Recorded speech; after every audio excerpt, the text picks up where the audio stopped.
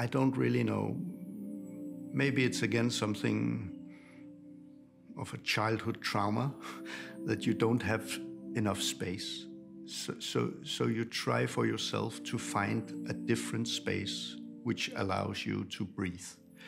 And I think that's my sort of the way I deal with images. So it's purely emotional in some sense.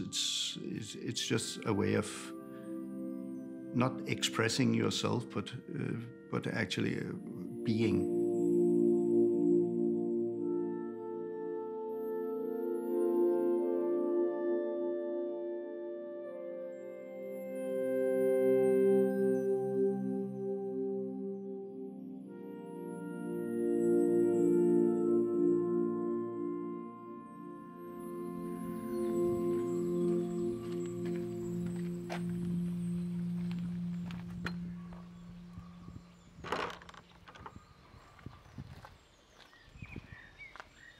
My relation with the landscape is, well, from childhood.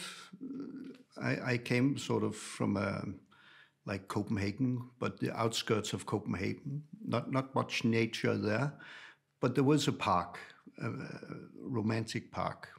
So in my work, also today, I relate also to these things that I met early on, like. So actually my first impressions of doing something with photography was really like going into these parks, maybe take a photograph of a dog or like a bird or something which was just there. And of course also trees. Nowadays I still use some of those images that I captured at that time. So it sort of grew from there. Of course, when you get a little older, I was like in my teenage years when I started photography.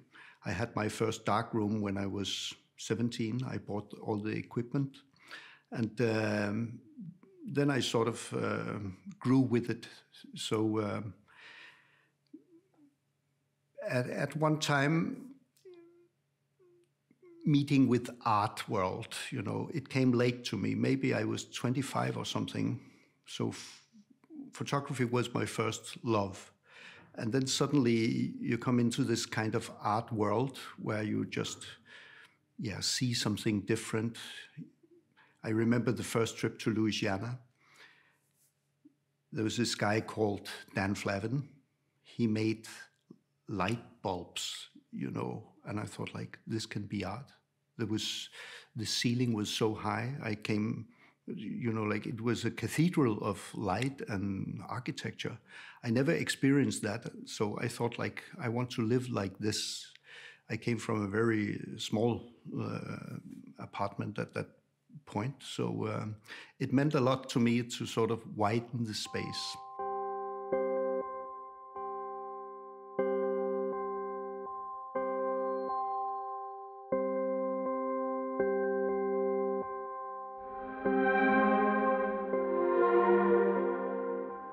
I'm actually not sure that I see the world through a lens. I think I see the world. The camera is just a tool. It's really nothing. It's like, of course, something like a pencil is also something, but it's also a tool. If you want to draw something, you do it. So for me, the importance is me being in this landscape, or the landscape tries to communicate to me, or so, maybe even the nature. And I often have been thinking about this because when you try to make an image, in some sense it's there before you arrive. For example, Mount Fuji, it's just there. You know you have something to do with this holy mountain, but you don't know what. So I prepare some things like mentally. I would love to go there. I know there's something for me in Himalaya, you know, like, so it becomes sort of the same kind of magic that you see in a darkroom when you develop your films or you paint, you sort of revisit your spaces again. You sort of just go the same path again and again. So for me, it's kind of a poetic way of being in the world. And why the tree this morning? The tree is, of course, very important to me because it has age. It was here many years before we were here. It was here maybe a couple of hundred years before we were here. And so many people have passed this tree. It's also a solitary tree. It stands alone. And I like that kind of sort of idea that there is a mark in the landscape where everybody relates to it. I think for me it's the oak today was the obvious choice. It's also in art history. I love Caspar David Friedrich. He's one of my absolute favorites through all time. And I see myself also as a sort of an artist which relate on early romanticism, but also on Disney and Pixar. You know, we all learn from the same source, and Friedrich is such a source. So I think the oak is just there, like a part of my vocabulary. The experience you have by seeing a tree like an oak tree is like, it's so fresh. You can actually see that it's really a teenager in the leaves. And then some parts of it is really on a nursing home. You know, it sort of breaks down, you know. I was thinking the first time we looked at the tree today, like, oh, there's like an iceberg, there's something down under, there's roots, we are now going. Last time I saw the tree, I didn't think about that. You know, many times you get a new layer on your experience, and then you know for sure, like I often take the iPhone and take a sort of a note for myself or make a new image of it.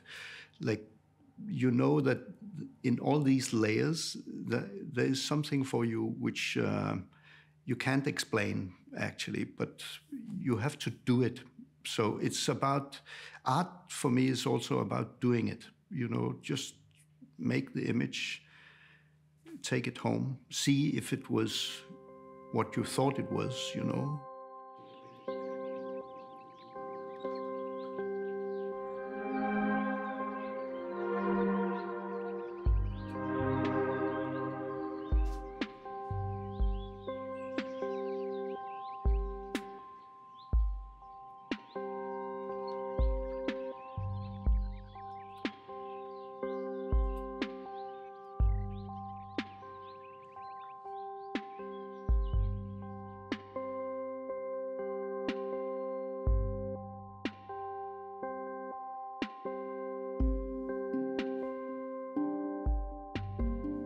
I see myself as, I'm definitely not a photographer because they are too skilled. But I have a sort of a talent to be in between these two things, I think. My method, when I started off like doing my first book, I called it Strindberg's method. He was actually a playwright, and actually he's a great painter. So he could also like transform things, like an alchemist can transform things.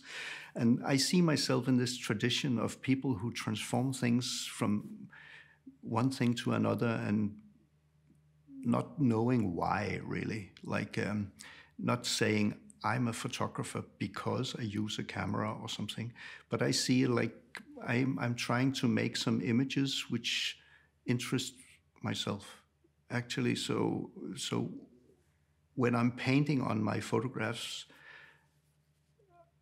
I sort of feel in contact with myself, as a totally beginner when I started off. I started also as a painter, you know. I didn't paint for maybe 20 years, but now I took it up again, but on photographs. So this is for me like the space which I cannot really say much about it. I'm not a photographer. I'm not a painter, but I'm sort of an artist who works with photography and painting.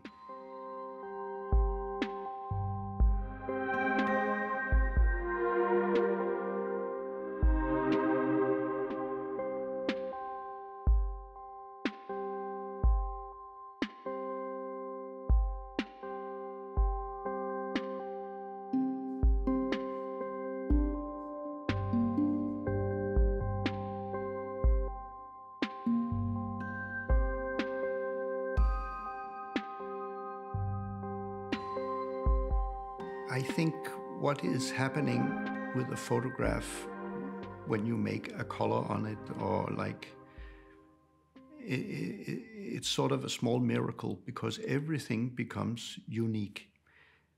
When you see a photograph, you are so used to seeing a photograph that you don't even think this way. The thing is, when you work in a darkroom, every little bit of light which comes to the paper defines it. So actually, if you open the door, too much light, it will go black. So every little thing means something. It's really like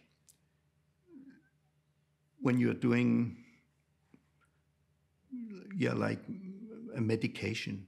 You have to be very precise, otherwise it will kill you.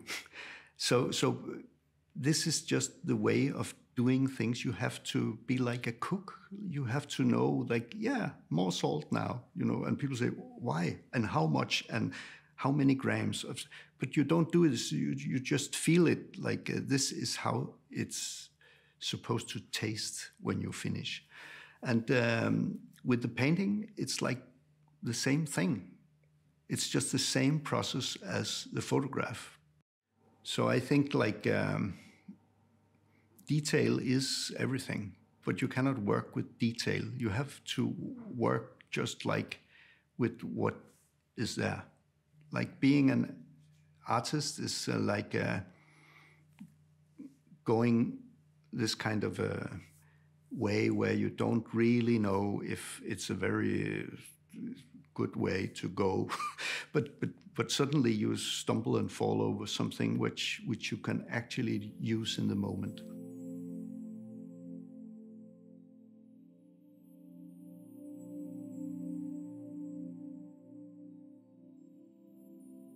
You don't have to do something which is sort of a task, you know, like you don't have to do something which is very precise. You have to feel like you are on the right course, and someday you will be reaching sort of the finish line. So I like that kind of feeling, to enjoy the ride and then say, I actually don't know if this will work. I think one of my purposes as an artist is still to stand up for beauty. Because so many people, they stand up for everything else, politics, whatever. You know, art is, of course, politics because you choose to do something different. But I stand up still for the kind of beauty, like for the inner world, you could say. Like so it's a little like reading a poetry, reading a tree. You can look at it and say, yes, it's a tree. And you can also look at it and say, the tree has something which is a deeper meaning.